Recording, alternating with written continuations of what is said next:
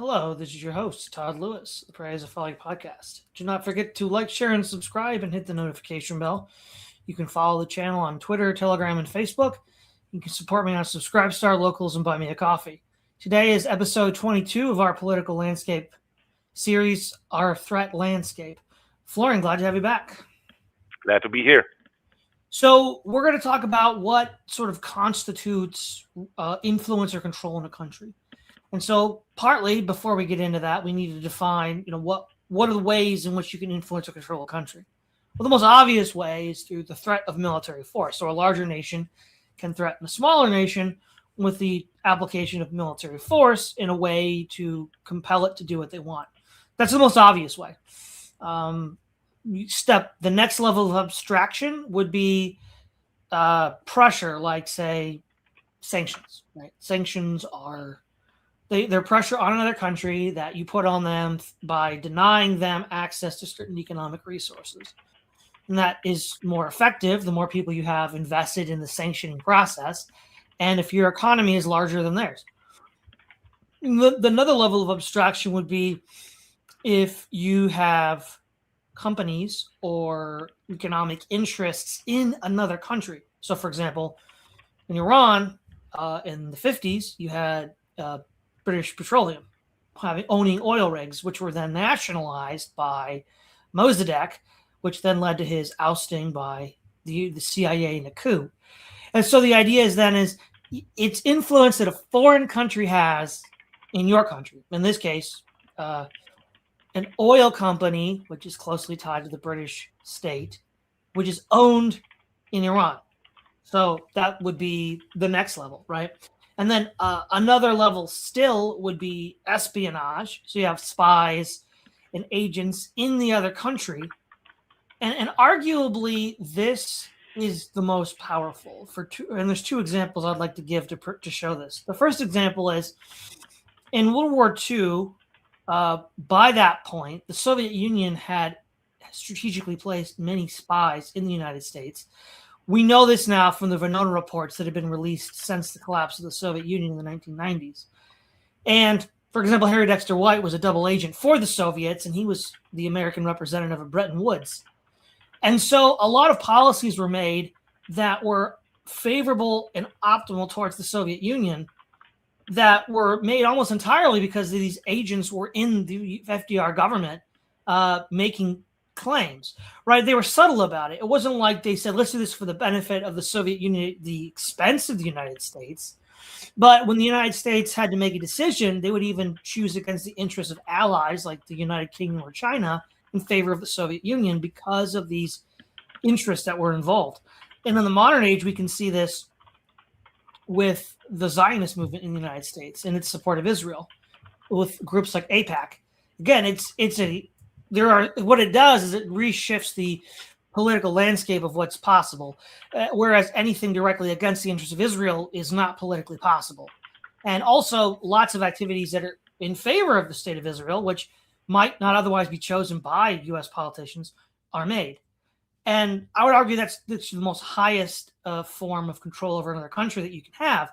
And we've seen this with both the Soviets and the Zionists doing this in the U.S. Now, the Zionists are more open about it, whereas the Soviets did it covertly and in secret. And then, of course, a lot of that was undone with the McCarthy-era investigations, uprooting a lot of these people. Whereas the Zionist element is less, it's not really secret at all. It's part of the establishment, and it's accepted as such. And I would argue those are the four tiers. So let's begin all over again. Direct application of force is number one. Use of pressure, in this case, say sanctions, but it could be other forms of diplomatic or economic pressure. Thirdly, owning assets in another country. So, you own an asset in another country. And then fourthly, having agents or representatives through espionage or business or whatever in the other country, helping that country make policy, strategic decisions that are at least minimally not harmful to you and optimally in your favor, which may or may not have anything to do with the actual interests of the host country. So with that schema, I'll throw it to you, Florian. You're muted there. I know. I'm always juggling several windows here, and then and then I have to click back to the streaming window to unmute myself. Yeah, good point. So spontaneously, as like contribution to what you already said, when it comes to espionage, we need to be aware that it's not just for information, right, but also influence. So if you get everyone, like if you subtly introduce changes, let's say every week you introduce a change that's 1% different from the original mission, right? You introduce a little bit of scope creep. Nobody will notice like the 1% change, but you do 1% every week or maybe even every day.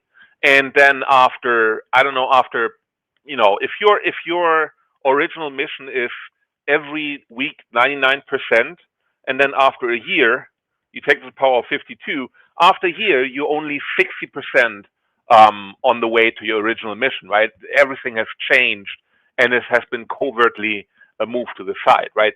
This is the famous, if you just become 1% better every day, then after a year, you're 52 times better. You change based on small perceptions if you do it every day. I'm also reminded of the story, and I don't find where it was. I remember, maybe you know what it was, Todd, but there was, I think it was a consulate in Russia, and they gave them like a nice wall piece, and they had a spy device hidden in there, but it was not operating on its own. Didn't have a battery, but instead it was operated from the outside. I think the Russians, I think not the Chinese. I Yeah, think the it was the CIA, and the they were CIA. given a gift by the KGB, which was actually a spy device. Yeah, Yeah, I remember that story. Go ahead. yeah, that's pretty cool, and they didn't realize what it was. Um, and then also there is a manual on sabotage by the CIA itself. I think it was written in World War II.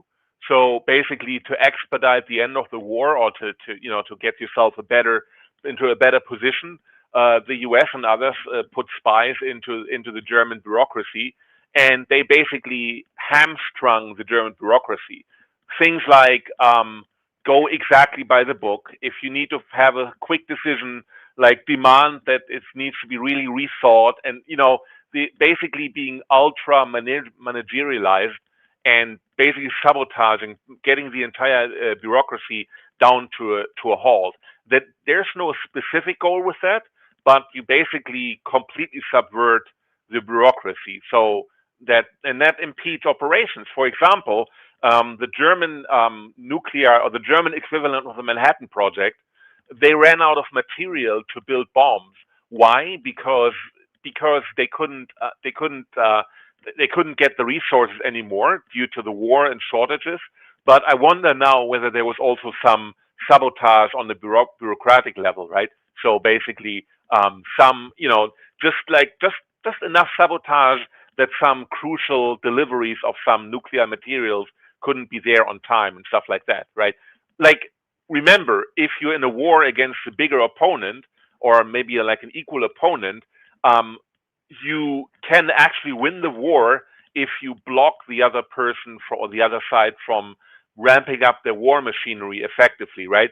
Japan could have won against the U.S. if they made fast enough progress, so the U.S. wouldn't have had time to produce aircraft carriers, something like that. Maybe the U.S. would have still won in that case, but that's one way how you can basically hamstring an opponent if you block the supply lines, and if you do that effectively, then you have an easier way of winning a war.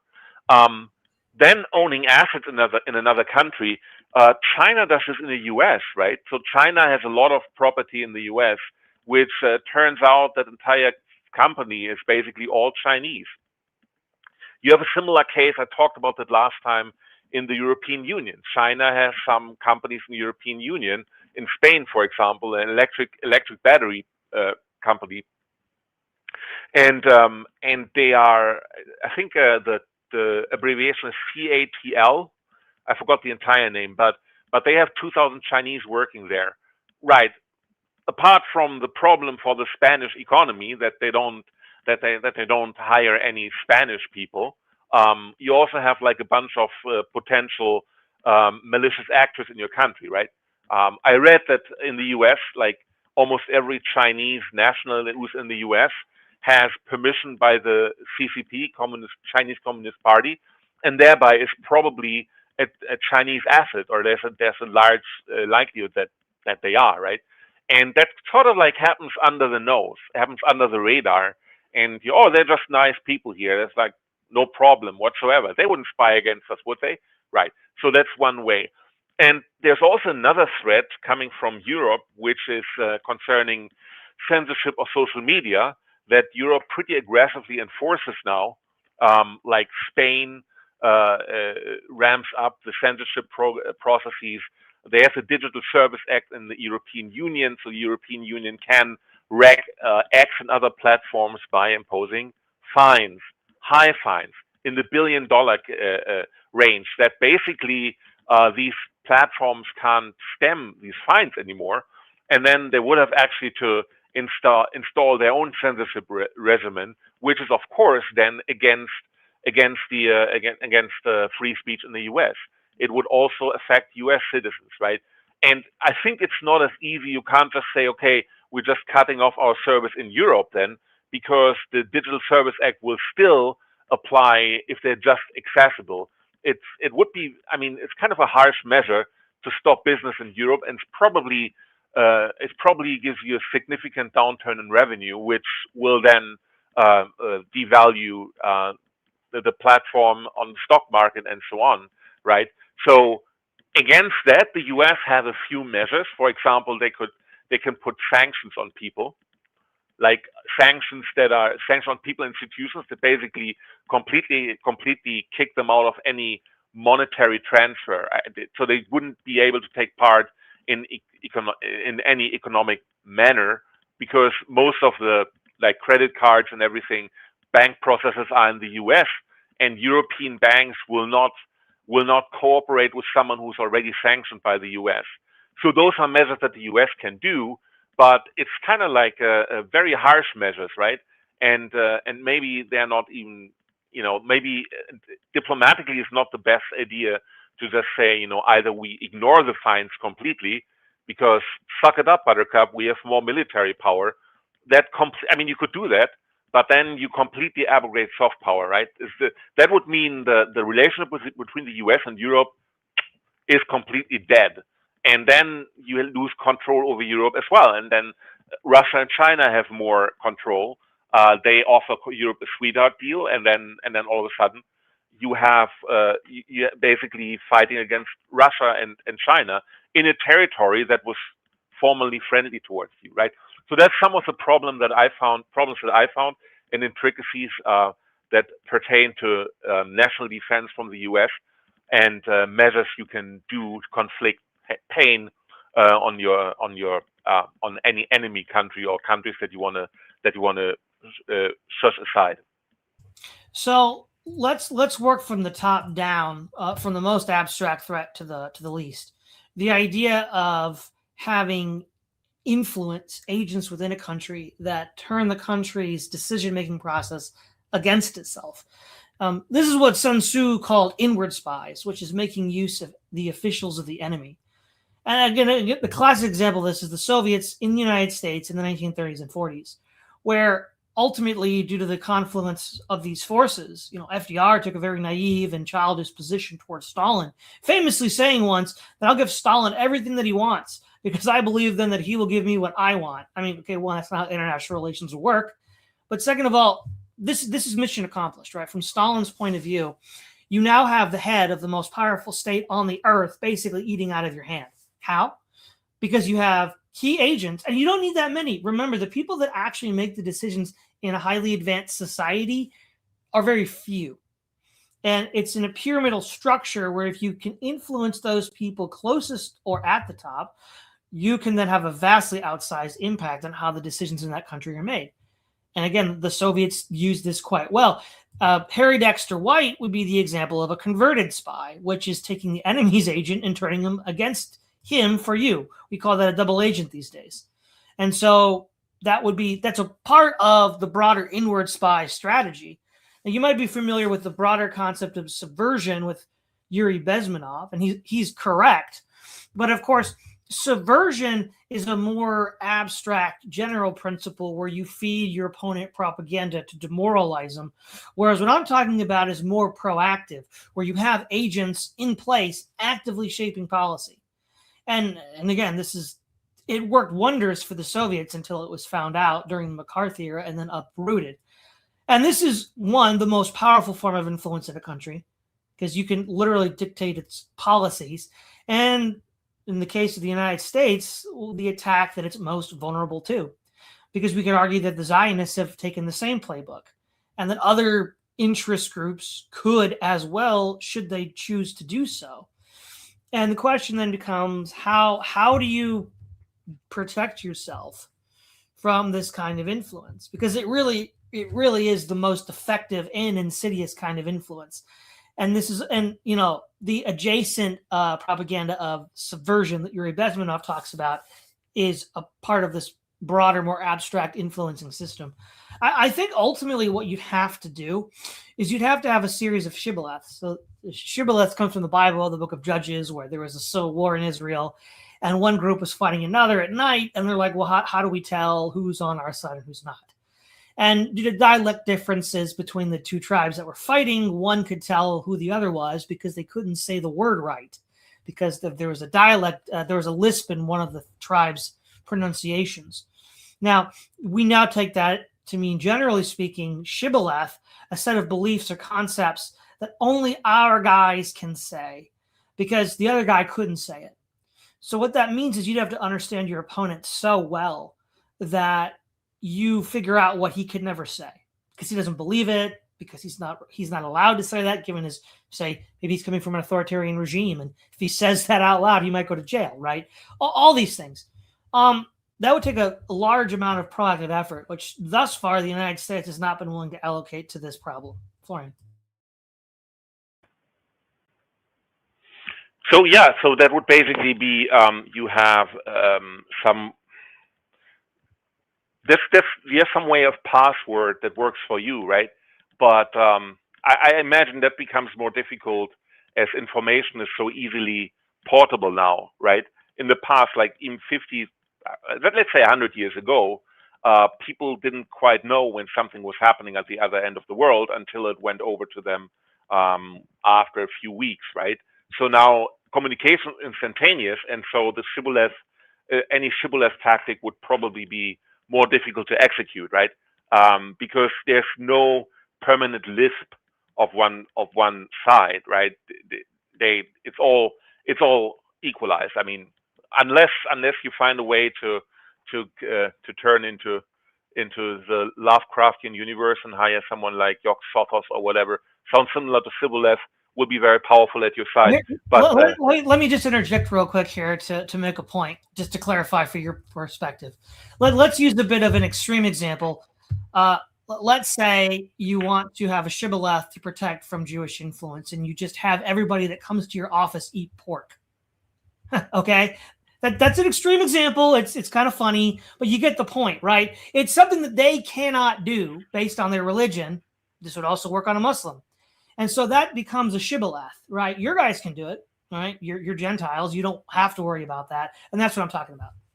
Yeah, but still, I mean, that's certainly more. That certainly means it's not just a communication difference, but I don't think there's anything nowadays where somebody can't do anything. Any nation, even a Muslim nation, will find people that can eat pork. I don't. It's difficult to think about something like that because belonging to a certain tribe, belonging to a certain nation means less today than it did in the past, right? But it's still an interesting perspective. I would also still add to what I said before. China has companies in the West, but China itself has no problem kicking out Western companies from their own nation, right? I think Disney had to leave at least for a while after they had plans of starting a Disney World and stuff like that in China, and China just at one point said no, and so Disney was out. And Netflix was like around 2012. Netflix was already everywhere accessible in the entire world, apart from 4 nations, and that was I think there was Sudan, there was Palestine, there was one other communist state, or no, North Korea, yeah, Sudan, Palestine, North Korea, and China, right? Netflix had a hard time getting any foot into China. So China has no problem kicking out people, and maybe it makes sense to learn from your adversary. So maybe the only way you can basically protect yourself from foreign threats is drastic measures, like don't allow any Chinese company in the U.S. Period. Kick all the Chinese diplomats, most of them out. Get like Chinese factory owners, asset owners, just kick all of them out. That's not easy to do in a democratic society like the U.S., right? But in China it can be done much more easily. But maybe that's the only way we can really effectively protect ourselves nowadays. Right. So let's move down to the next level of abstraction, moving down to the more concrete, owning assets in another country, and that's sort of what you've been focusing on, Florian, here. So what this means in practice is, first of all, corporations have an outsized impact in how they behave in any country, and that's where you get a lot of the socialist critiques of corporations. But the added layer then becomes when this is not only a corporate leader exerting outsized influence, but one under the influence or in the pocket of a foreign power, which pretty quickly becomes apparent that they're going to be using that force in ways that are not to your interest. And of course, it's subtle. It's very subtle. The only thing more subtle than this would be what we just described earlier. These turn spies, if you will, these insiders. And so the easiest way off the top of my head to hedge against this is have a law, and this is something you could do in a democratic country as well.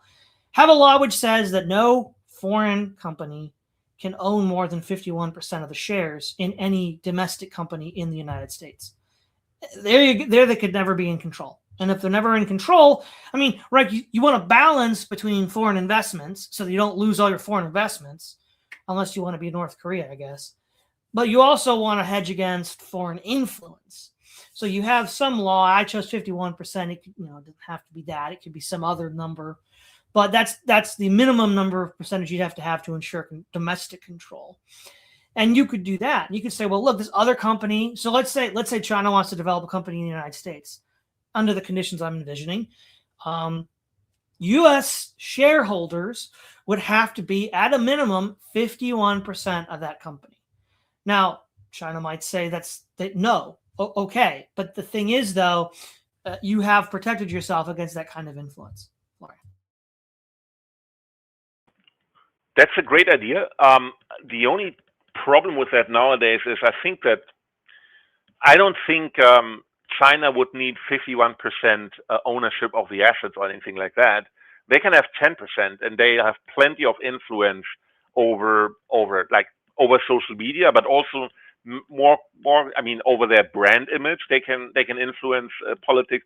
But they can also, if you have 10% ownership and these 10% cover the people that are really sitting in positions of power, you don't really need that much. You can subvert your target country with a much smaller force, right? If the 10% are people that are well connected, for example, right? If you have made connection hubs, economic connection hubs, or political connection hubs, then you can influence, right? So, for example, and that may actually well, yes and no, right? I guess you can form a network with you can have influence over, if you build a network where you have only the node points, right? Then in total, you have maybe 5% overall numerical influence, but actually significant influence you still have, right? Now, yeah, I forgot what I wanted to say, but there are ways, there are ways to still get to your goal, even if you don't own the majority of shares. Well, let me interject here for a moment to clarify this. So whatever the percentage is for this proposed law, right? the thing is, there's two considerations here. One, all companies in China are essentially state-owned, so they are a unique case from your point of view, Florian. But the other thing is, whatever decisions the corporation makes, whether it's branding or product or whatever, has to get past the vote of the board of directors. And what I'm saying is, even if let's say the Chinese actual ownership of shares is 10%, it's unlikely with that they would be able to pass what they want through the board of directors if it was openly, nakedly in their interest and not in the U.S. interest, because that would still have to be voted on by the board of directors who hold shares in the company. But if it's 100% owned by the Chinese, they don't have to worry about that. Right, that's true. But let's imagine the board of directors is 100% owned by Americans, and now the Chinese show the picture of a drowning little boy at the beach, like in Europe, and then the European politicians or the American politicians would be so taken and so emotional by it that they will actually decide in favor of the Chinese. That's possible, right? You can psyop your opponents into voting your way. Right. Well, that's now psychological warfare, and that goes back up the chain of abstraction to what we were before. True, that's true. But you would combine all that, right? But in principle, you're right. If the board of ownership is very strongly in the hands of one country, but also, I think the Chinese are probably more nationalist than the U.S. are at this point, right? So a board of directors that has only Chinese will be very slow to accept anything that is against China. A board of directors that's 100% in the U.S., it would probably still be able to decide against the interests of the U.S. And that's because the board of directors in the U.S. would be interested in their own private goals rather than that of the nation. And that is a problem. But so then moving down to the concrete, the next level would be diplomatic pressure, sanctions, so on and so on. Now, in the modern world, really, that's going to be very difficult to exert against the United States presently. If China were to affect some shift in the world economy towards the BRICS, that might become a threat in the future, though presently I do not see it as one. But it is a powerful threat, though, because look what happened to Iraq in the 90s, right? I mean, it basically just became a failed state due to the sanctions. And so, but again, for sanctions to work, there has to be a fundamental asymmetry between the nation imposing the sanctions and the nation receiving the cost of the sanctions. If there isn't that asymmetry, it just doesn't work, right? I mean, who's going to sanction the United States? It's not going to really work. But the United States can sanction another country, and sanctions are as effective, also more effective if people can be convinced to join them, right? So, with Iraq in the 90s, a lot of people were convinced to join in the United States with sanctioning Iraq, or presently Iran. And so, yeah, it's very effective, but I would say that's not really a threat the U.S. has to consider at the present, because no other nation is really in a position to pull that trigger on the U.S. because the asymmetry of economics is in that direction. Now, the other one would be just more diplomatic pressure broadly. So, for example, in the United Nations, you could envision a situation in which, well, there's the Security Council nations that have the veto power. They're just like, look, if you don't do what we want, we're going to veto your proposal at the UN. What are you going to do about it? Right? I mean, that's one way to do it, but only 5 nations can do that right now. And then more broadly, if you have a proposal at the United Nations, you could have a majority of other nations vote against it. Now, I suppose, so that would be harder to do because you have to convince more people to buy in. And I suppose that's the more likely route for China to put pressure on the U.S. to get a majority of nations in the UN to vote resolutions against the interests of the U.S. or to block resolutions. Oh, China could just veto it, I guess. But you know what I mean? Those are the 2 angles I would see today.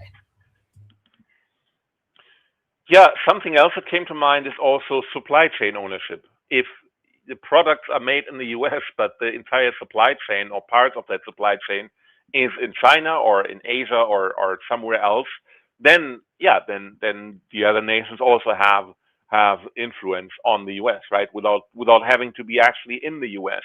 And I think in at least some positions, the US gave completely vertically integrated supply chains away, right? This is madness, but yeah, it's basically vertically integrated means that you own everything from it's like IKEA, but you don't just own the furniture store, you basically also pay the woodchuckers and the transport companies and everything. That's vertical integration, right? If you have all that, at home, no problem. If that part of that or complete vertical integration is in another country, then you're fracked if you need the end product, right?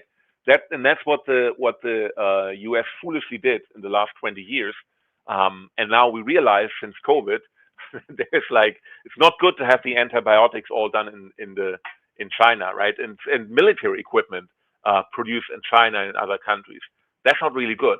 On the other hand, there's also at least a small interest for, let's say China owns let's say China owns 80% of our antibiotic supply chain. They want to still sell them, right? So if China just says, okay, we're closing, we don't sell you that anymore. Good luck making your own antibiotics. Well, China also loses revenue, right? So they lose money that they would normally need. And so when people always say, China could just call their entire bonds, or Europe could call their bonds, and then the US has to pay money to Europe and so on, then either Europe or China would cut themselves into their own flesh, right? It's a mutually beneficial beneficial association, and you still want to trade with the other nations. So you can exert some influence, but probably less influence than you thought about. But then there's also indirect ways, right? This is not about supply chain, but this goes into monetary policy, and I'm not an expert on that. But for example, Germany has a trade surplus with the US, and they maintain that trade surplus, which is a net negative for the US. And that's something that's one way in which Germany influences the US, right? They could basically switch to an industry that produces more for their own country, more for the inland, but they're selling a lot of stuff like luxury articles or cars. If they do less of that, then the trade surplus will shrink. As it is now, that's one way to understand why the US is thinking about punitive tariffs to put on Germany, right? It's not like Trump isn't an idiot with all the tariffs or something like that. No, there are intricacies with monetary policy and trade, with which you can also at least subtly influence the target country in your favor. Those are all very good points, and I want to emphasize your point about controlling all aspects of the supply chain. So the rise of England as a great power was the result of the Navigation Acts, where Oliver Cromwell and the Parliament, the Commonwealth, mandated that all commercial shipping into the United Kingdom had to be done or England at the time, on English ships. Right? That was how they maintained control. And also, conversely, if you lose that, a classic example is Byzantium. In the 11th century, they negotiated a trade deal that Trump would have probably called very bad, where they allow Venetian ships to carry goods in their own hulls through Byzantine territory, which meant that the Byzantines couldn't tax that trade anymore because it wasn't carried on their ships. And so that led to the rise of Venetian power at the expense of Byzantine power. So yeah, we do see how economics is definitely a role in that. Now, if we move down to force, which is the last one and the one that's most obviously seen, we can broadly define that into two types, right? External force, that would be, an airstrike like Trump's airstrike on Iran. That would be an invasion like Bush's invasion of Iraq. Or it could be through insurgents, right? Like we saw in Algeria during the War for Independence against France. They had bases in Tunis and Morocco, and they would border jump in and out of the country to fight the French. And of course, the French couldn't do the same because those nations, Morocco and Tunis, wouldn't let them in. So it's a kind of like it's still coming from the outside, but it's kind of like indirect. It's kind of invisible, right? It's in this political gray area. And then there's what's famously called the fifth column, right? So in Austria in 1930s, and then some people even argue in France, the Nazis, the Germans used fifth columns in those countries to help pave the way communists would do this too, right? So in South Vietnam, there were fifth columns that paved the way for the NVA. And these are very hard to combat. They're invisible by intent, and they serve as sleeper cells, right? And then once they're aligned with an external invasion, they can then cause chaos inside the country to pave a way for an invasion. Now, of course, for the United States, except for maybe a missile strike from China, these are really not credible threats. The closest thing that would be an approach to this would be the cartels, because the cartels do operate as these kind of like armed sleeper cells. But of course, they're not operating as a foreign government because Mexico's trying to crack down on them too.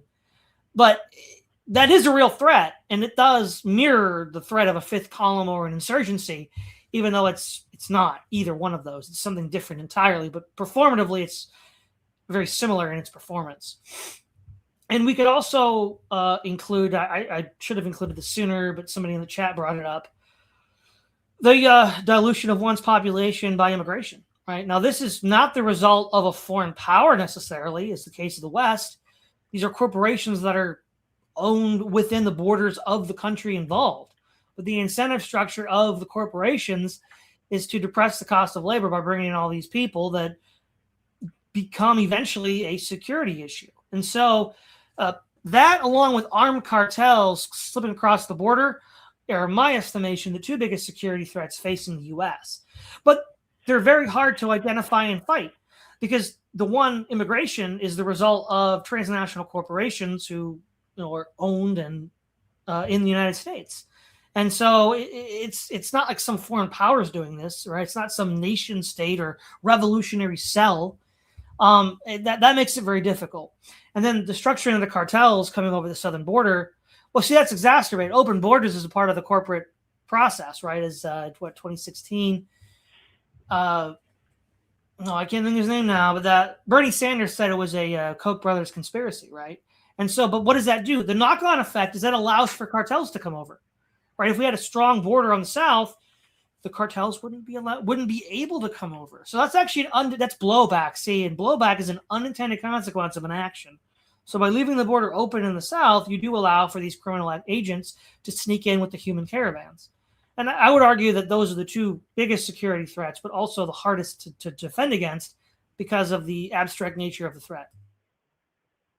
Well, yeah, especially immigration. I would say that is by and large ideological, right? People think that it's good to have more people here inside the country and nobody's illegal. I remember when I was in school in the 90s, we had a Latin teacher who would basically tell us excitedly about, we don't call them third world anymore. We call everything, we are like one world, and they are now one world shops. They're like basically modern shops that sell all kind of tchotchkes and products from from developing countries, and left wingers enthusiastically said, look, probably the beginning of woke. Let's call them wokeists. They enthusiastically celebrated more people coming in. Some people also say that wokeism is anti-white, which is also true to a large extent, I think, at least. And it's basically there was a way in the 2010s mostly in 2010s, when wokeists, they found anything that got to do with white people was like icky to them. I think that's the best description of that. And so they wanted to get rid of them and or basically push back against that. Right? They had these headlines in a newspaper: white people will become less in the future, and that is a good thing. And then funnily, the same people said, but the great replacement theory, that's a conspiracy. No, it's you are enthusiastically in favor of it if it's framed in a positive way, right? And I always thought there is a triangular effect, right? You go into another country, you bomb it, you create a large, like millions of refugees. They will go into Western countries where they will then devalue work, right? So labor will now have basically less value, and so that makes it easier for corporations. So they actually have like at least an indirect profit from the military bombing other countries, right? So it's basically like a like a little bit like a slave trade. They had this triangular. I forgot, this was also slave triangle or something like that. They called it, I think. It's similar here. As I said, military action produces refugees. Refugees go back to your country, uh, exceed downward pressure on labor, on wages, and you get a spiraling downward. Yeah, that's a good point. And somebody in the chat also made another good point, Kai Makata 403, that the big lie was that immigrants will fix our social security crisis. Turns out they take more than they put in. And when they do make anything, it goes back to their homes in the form of remittances.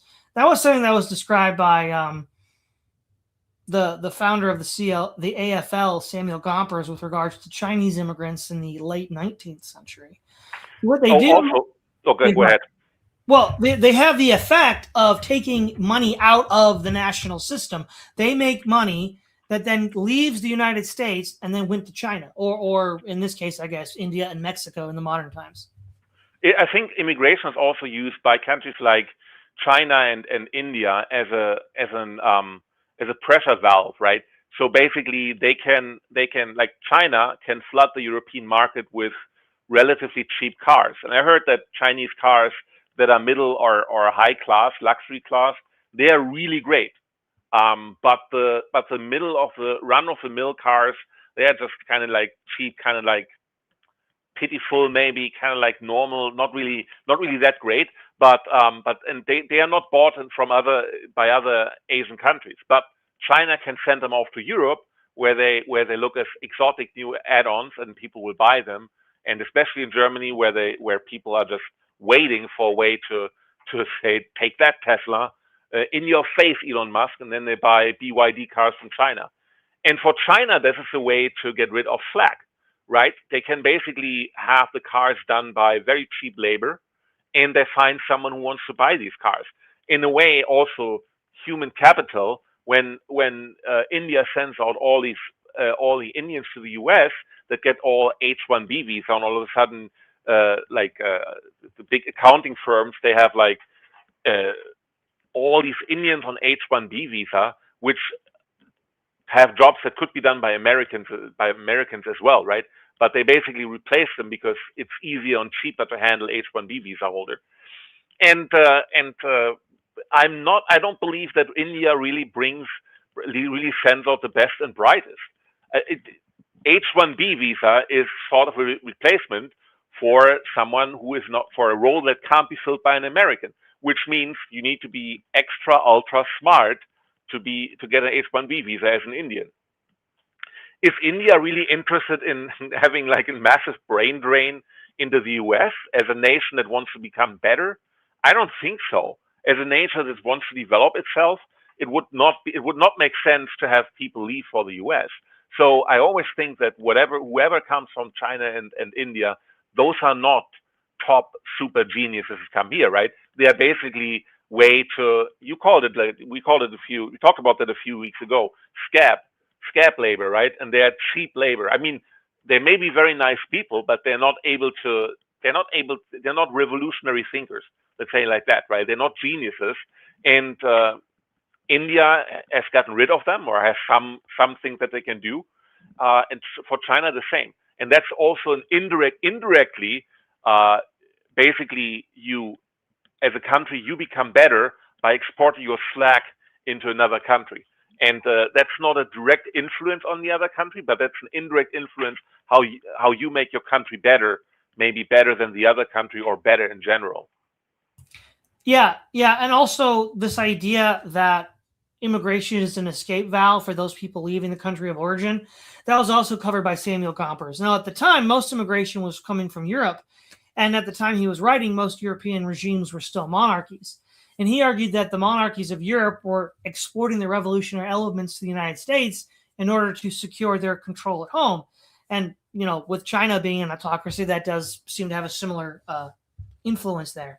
So let's, for the sake of to begin to wrap this up, restate the fourfold ways that pressure and influence can be put on a country, from the most abstract to the least abstract. Number one is spies and subversion. So with this, what you want to do is what that represents is having agents in the government that actually influence politicians to make decisions in your interest. Spies that gather intelligence and spread information. Subversion, feeding these people propaganda that demoralizes them. All of that is at the most elite level of abstract influence, the most effective and the hardest to fight against.